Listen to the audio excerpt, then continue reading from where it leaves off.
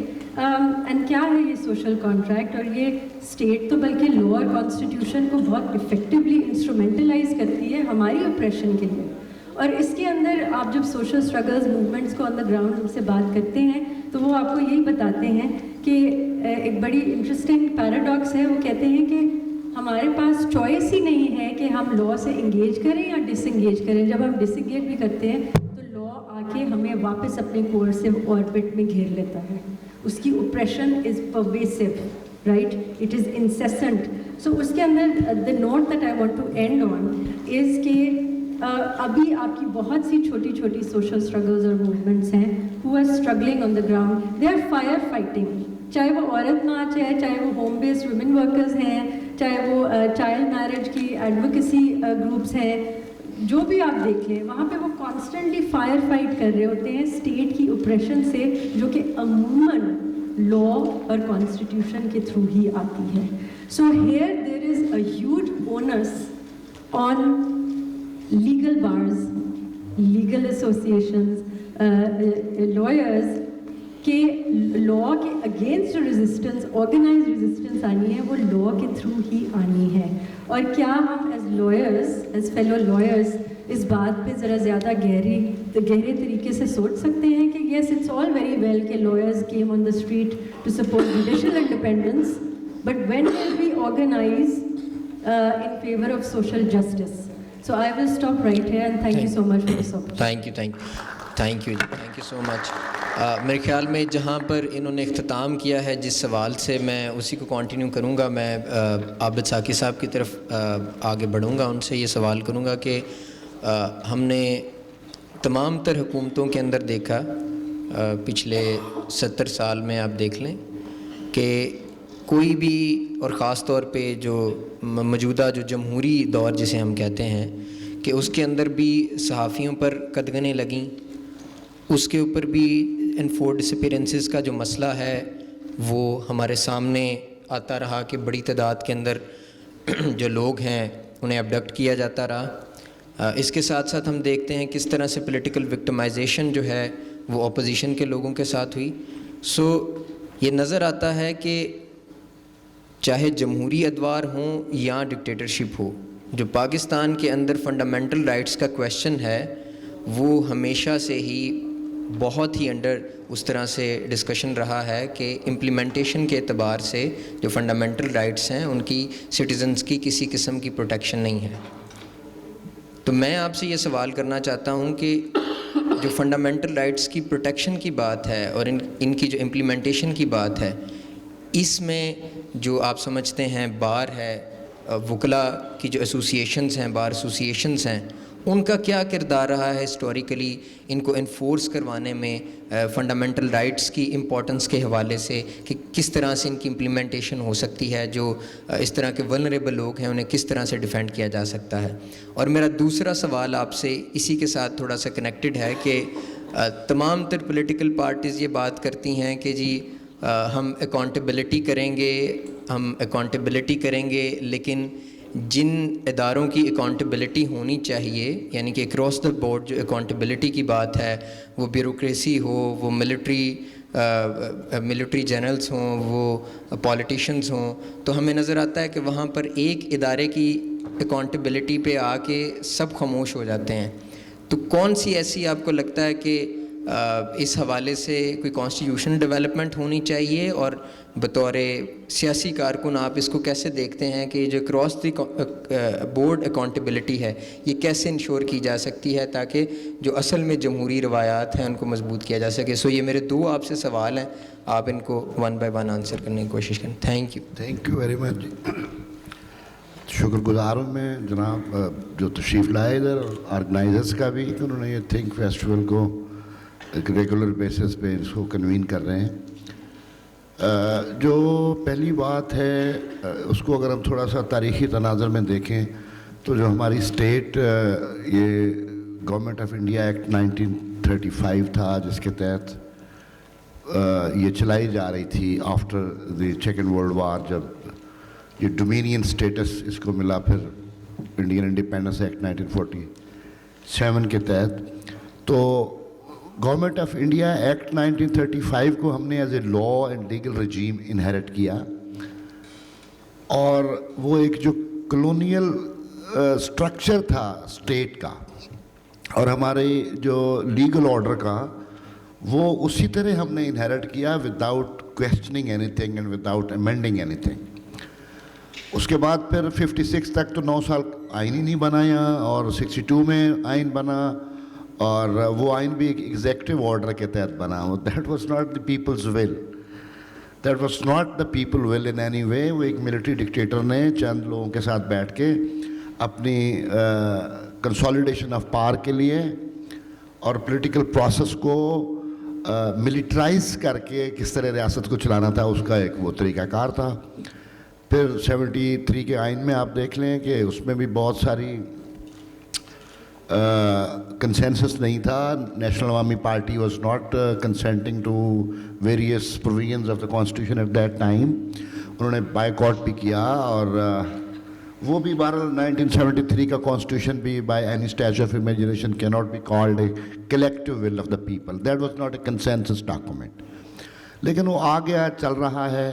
اس کے چلنے میں بھی آپ نے دیکھا کہ ضیاء الحق نے جو 8ویں ترمیم کے ذریعے اس بچے کھچے نان کنسنسول کانسٹیٹیوشنل ڈاکومنٹ کی جو حالت کی، اس کو میوٹیلیٹ کر دیا کمپریہنسولی، اور تقریباً ڈسٹرائے کر دیا پورا 1973 کا کانسٹیٹیوشن 8ویں ترمیم کے ذریعے۔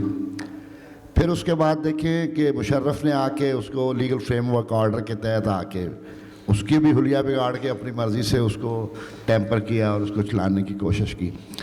تو اگر آپ تاریخی تناظر میں اس کو دیکھیں تو میں اس بات کو کہنے میں کوئی ہچکچاہٹ محسوس نہیں کرتا کہ آج کے دن تک ہمارا جو کانسٹیٹیوشن اور لیگل رجیم ہے وہ ڈائریکٹ کلونیل انہیریٹنس ہے۔ ریاست کو بھی کلونیل انداز میں چلایا جا رہا ہے، اور سماج کو بھی کلونیل انداز میں چلایا جا رہا ہے۔ یعنی ہم نے نہ اسٹیٹ کے سٹرکچر کو ڈی کالونائز کیا اور نہ سوشل سٹرکچر کو ڈی کالونائز کیا۔ جو چیزیں یہاں ڈیولپ ہوئیں ڈیورنگ دا کلونیل پیریڈ، ان کو ہم نے کسی سطح پہ بھی ریکٹیفائی کرنے کی، امپروو کرنے کی، اور یہ جو ہمارا ایک سبجیکٹ تھا کہ یہ رعایا کا بندہ ہے اور یہ حکمران طبقات ہیں، آج بھی ریاست ہمیں، حکمران طبقات آج بھی ہمیں ہندوستان میں جیسے گورا اپنی رعایا کو رول کرتا تھا، آج بھی وہ ہمیں اسی طرح رول کر رہے ہیں۔ اسی طریقے سے آپ دیکھیں کہ پھر فنڈامنٹل رائٹس کے کانٹیکس میں آپ دیکھیں، فنڈامنٹل رائٹس بنائے گئے، ان کے امپلیمنٹیشن اور انفورسمنٹ کے لیے بھی ایک میکینزم پرووائڈ کیا گیا ہے کہ جو عدالتیں ہیں they are the custodian of the fundamental rights of the citizens. اگر آپ کا کوئی رائٹ وائلیٹ ہو رہا ہے تو then you have to knock the door of the constitutional court کہ میرا یہ حق آزادی ہے، تحریر و تقریر تھا، میرا رائٹ ٹو فیشن ہے، رائٹ ٹو ایجوکیشن ہے، رائٹ ٹو انفارمیشن ہے، تو یہ اس کو امپلیمنٹ کیا جائے یا انفورس کیا جائے۔ اب اس میں دیکھیں کہ آپ پھر عدالتوں کا کردار ہے، عدالتوں کا کردار بھی اسی ایک کلونیل انہیریٹنس میں آیا ہے کہ ہم نے مولوی تمیز الدین کیس میں ہم نے اپنے آپ کو آزاد تصور نہ کرتے ہوئے وہی بورو کیا اس لاء کو جو گورنر جنرل کا لاء تھا اور جو گورنمنٹ آف انڈیا ایکٹ 1935 کا تھا۔ تو اس کنٹیکس میں ہمارے پاس میکینزم تو موجود ہے، لیکن عدالتیں ظاہر ہے فنڈامنٹل رائٹس کی انفورسمنٹ کے لیے اور اس کے بینگ کسٹوڈین اس کے امپلیمنٹیشن کے لیے بھی اسی طرح سلیکٹیو ہیں۔ پاورفل کے لیے دروازے رات کے وقت کھل سکتے ہیں عدالتوں کے، کسی بے سہارا غریب اور مظلوم کے لیے عدالت کا وقت ختم ہو جائے تو اس کی آواز سننے والا اور سنانے والا کوئی نہیں ہے۔ تو یہ ایک ڈائکوٹمی ہے، ایک کنٹراڈکشن ہے، اور وہی اس کنٹراڈکشن کی بنیاد وہی اسٹرکچر ہے کہ طاقتور کے لیے یہ معاشرہ کچھ اور چیزیں فراہم کرے گا، اور جو وہ لوگ ہیں کہ ہم جو تاریک راہوں میں مارے گئے ان کے بارے میں ریاست اور سماج کا رسپانس ڈفرینٹ ہے. آپ نے دیکھا کہ یہاں اس طرح کے بھی المناک واقعات ہوئے کہ سپریم کورٹ میں ایک شخص کی کانوکٹ کی اپیل پینڈنگ رہی اور وہ نیچے والے ہائی کورٹ کے آرڈر کی روشنی میں ایگزیکیوٹ ہو کے پھانسی پہ چڑھ گیا. بعد میں اس کی اپیل جب سماعت کے لیے آئی اور اس کو دیکھا گیا کیس کو, نیچر آف کیس کو, تو عدالت نے اس کو بری کر دیا, ایکوٹ کر دیا. اب اس سے بڑا مذاق اور اس سے بڑی ٹریجڈی اس جسٹس سسٹم کے اندر آپ کیا کنسیو کر سکتے ہیں کہ ایک شخص کو پھانسی پہ پہلے چڑھا دیا گیا ہے اور بعد میں اس کو ایکوٹل آرڈر آ گیا. سو یہ ہمارے very serious issues with regard to the law and the justice sector وہ موجود ہیں. میری اپنی ایک اس میں ادنا سی جو رائے ہے وہ یہ ہے کہ ہمیں سیاسی, دیکھیں معاشرے تو سیاسی جدوجہد سے تبدیل ہوتے ہیں. There shall be a political struggle to change the structure of society, یا پھر کوئی ایک وقت میں اوپر سے کوئی بندہ ایسا آئے جو درد دل رکھنے والا ہو, وہ عوام سے ہو, عوام کا نمائندہ ہو, تو وہ کوئی ریولوشن کی فارم کو کنسالیڈیٹ کرنے کی کوشش اگر کر لے تو ایک پاسبلٹی یہ ہے. ورنہ تو یہ پولیٹیکل اسٹرگل کے تحت ہی کرنا پڑتا ہے, اس کے علاوہ اور کوئی راستہ نہیں. جب تک ہم نے اس کریکٹر آف اسٹیٹ کو ڈی کالونائز نہ کریں اور جب تک ہم سوشل سٹرکچرز کی جو ہائرارکیز ہیں جو کلونیل ہیں پرائمریلی, جب تک ان کو ہم ڈی کالونائز نہ کریں اس وقت تک میری رائے میں اسٹیٹ کے ساتھ سٹیزن کا وہ شہری تعلق قائم نہیں ہو سکتا. اس وقت تک حکمران طبقات اور رعایا کا وہ جو کلونیل رشتہ ہے وہی قائم رہے گا جس میں ہم آج بھی سانس لے رہے ہیں. تو primary struggle is required in two fronts. One is to decolonise the structure of the state and then to decolonize the structure of the society. دوسرا سوال آپ کا کیا تھا؟ ہاں, کراس دی اکاؤنٹ. دیکھیں جتنے بھی آج تک around there is 20 legislation in the history of this country for the last 75 years. وہ ایبڈو سے لے کر اب مجھے تو ان کے نومنکلیچر یاد نہیں ہے, اتنے وہ کمپلیکیٹڈ طریقے سے قوانین بنائے گئے, لیکن وہ قوانین سارے پولیٹیکل کلاس کو ٹارگٹ کرنے کے لیے بنائے گئے.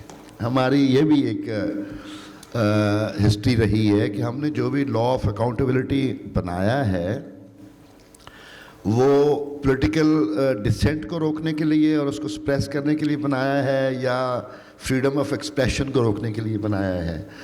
وہ پریسنٹ پبلیکیشن آرڈیننس ایوب کے دور سے شروع ہوئے تھے. کچھ اہل نظر بیوروکریٹس کی اس کو ایڈوائس حاصل تھی, جس کے نتیجے میں یہ سارے اخبارات بند ہوئے اور وہ جو لکھنے والے تھے سارے وہ پابند سلاسل ہوئے. اور پھر یہ ایک لمبی تاریخ ہے. دو محاذوں پر ہمیشہ ریاست نے نہایت شفاف انداز میں اپنا کردار ادا کیا. ایک تو پولیٹیکل پروسیس کو انہوں نے ہیجمنائز کر کے اور اس کو اپنی مرضی سے چلانے کی ہمیشہ کوشش کی. دوسرا, لوگوں کی زبانیں بند کر کے اپنی مرضی کی آواز اور اپنی مرضی کے گیت جو ہیں وہ چاہتے ہیں کہ صرف وہی سنائے جائیں اور لوگ وہی سنیں اور وہی سنائیں, اس کے علاوہ کوئی بات نہ ہو. لیکن اس سارے عمل میں بڑی جد و جہد رہی ہے. لوگوں نے بہت سیکریفائس کیا ہے, قربانی کی بڑی لمبی داستانیں ہیں. اور آج ہم جہاں پہنچے ہیں, اگر ہم یہاں بیٹھ کے اپنی رائے کا اظہار کرنے کی یعنی وقت ہمیں میسر ہے یا ہم جرت کر رہے ہیں, تو میں سمجھتا ہوں اس میں وہ ہمارے بڑوں کا جو مزاحمتی کردار تھا اور ان کی جو جد و جہد تھی شہری آزادیوں کے لیے, سیاسی آزادیوں کے لیے, وہ موجود رہی ہے. اور اس کی کنٹینیوٹی میں ہم آج بیٹھے ہوئے ہیں. اکاؤنٹیبلٹی لاز جب بھی بنے ہیں اس میں دو بہت بڑے اہم ادارے جو ہیں ان کو ایک ٹچ نہیں کیا گیا. دے آر ناٹ ٹچیبل فار اس, ججز اینڈ دی جنرلس, بیکاز یہ ملک چلایا صرف ان دو طبقات نے ہے. 7 جرنیل اور 7 جج مل کے یہ 22-25 کروڑ عوام کی قسمت کا فیصلہ پچھلے 70 سال سے کرتے آئے ہیں. اور کبھی کوئی ڈاکٹر انووک ہو جاتا ہے, کبھی کوئی ڈاکٹر انووک ہو جاتا ہے.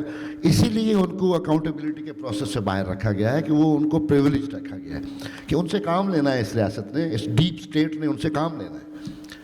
اس کام میں وہ منتخب وزیر اعظم کو پھانسی پہ لٹکا سکتے ہیں 7-8 جج بیٹھ کے, اور بعد میں بے شک وہ جج کہتا پھرے کہ ہمیں پریشر تھا اور ہم نے پریشر کے ذریعے ایک بندے کو ایکزیکیوٹ کر دیا. تو یہ ہے level of humanity and level of sensitivity to the justice system in this country, کہ آپ جس سماج میں ہیں اس سماج میں جہاں سے آپ کو انصاف ملنا ہے وہاں کی روایت آپ دیکھ لیں, اور اس جب پاور چینج ہوتی ہے تو لا اور لا کی انٹرپریٹیشن چینج ہو جاتی ہے. جب سوٹیبلٹی کا پریمائز جو ہے وہ پیراماؤنٹ ہوتا ہے اور لیگیلٹی اور کانسٹیٹیوشنلٹی کے ایشوز ہیں وہ سائڈ لائن ہو جاتے ہیں. تو میں سمجھتا ہوں اکراس دی بورڈ اگر اکاؤنٹیبلٹی کا کوئی کانسیپٹ جینوئنلی اور میننگ فلی ریئلائز کرنا ہو تو جب تک آپ ملٹری کو اور ججز کو اکاؤنٹیبلٹی کے پبلک اکاؤنٹیبلٹی کے دائرہ کار میں, اب یہ کیا کہتے ہیں, یہ کہتے ہیں انہوں نے اسفندیار ولی کیس میں بھی یہ کہا تھا کہ جب یہ نیب آرڈیننس آیا اور اس کو چیلنج کیا گیا اسفندیار ولی نے میرا خیال 2001 شاید, تو وہ سپریم کورٹ میں ججمنٹ آئی تو اس میں انہوں نے کہا جی since the military and the judiciary has their own independent mechanism of the accountability for their own self for themselves, therefore they shall be treated according to the military law and the law pertaining to the accountability of the judges. یہ article 209 ہے, اس میں آپ misconduct کی بنیاد پہ ان کو آپ proceed کر سکتے ہیں. سپریم جوڈیشل کاؤنسل ہے, ادھر جی کورٹ آف اپیلز ہیں, ملٹری کی اپنی کورٹ مارشل ہے, یہ وہ. تو انہوں نے پبلک اکاؤنٹیبلٹی کی ڈومین سے ان دونوں اداروں کو باہر رکھا.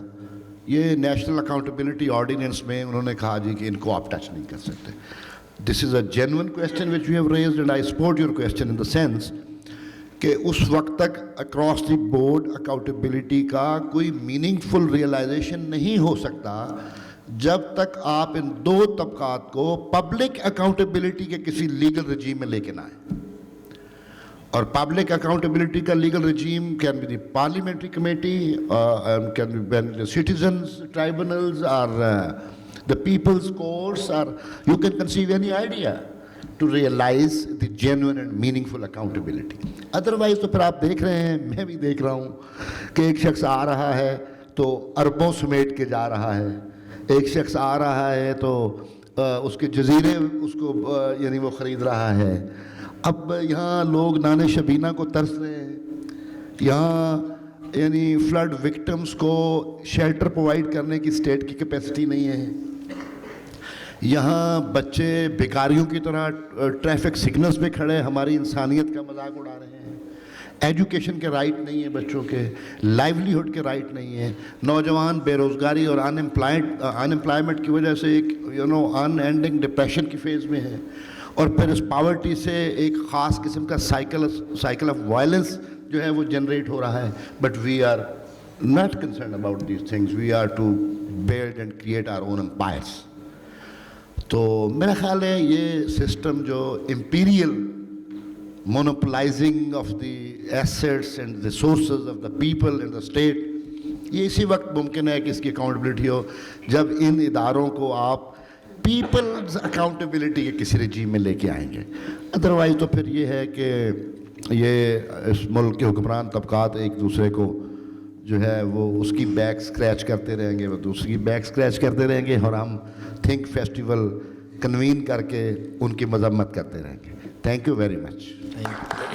Thank you so much Saqi sahib. آپ نے جو بات کی بڑی ضروری اور اہم بات تھی جوڈیشری کے حوالے سے, تو اسی طرف میں فیصل نقوی صاحب سے اسی پہ بات کرنا چاہوں گا. ان سے ہم سیکھنا چاہیں گے کہ جب اتنا زیادہ امپورٹنٹ رول ہے ججز کا, جوڈیشری کا, ایون دو کہ ہم یہ بات تو ضرور کرتے ہیں کہ ایک میسو لیول پہ ریفارمز کی ضرورت ہے جوڈیشری میں, اور ساقی صاحب نے اس کے اوپر بتایا بھی کہ کیا حالات ہیں, کس طرح سے یہاں پہ جسٹس سسٹم جو ہے وہ کام کرتا ہے.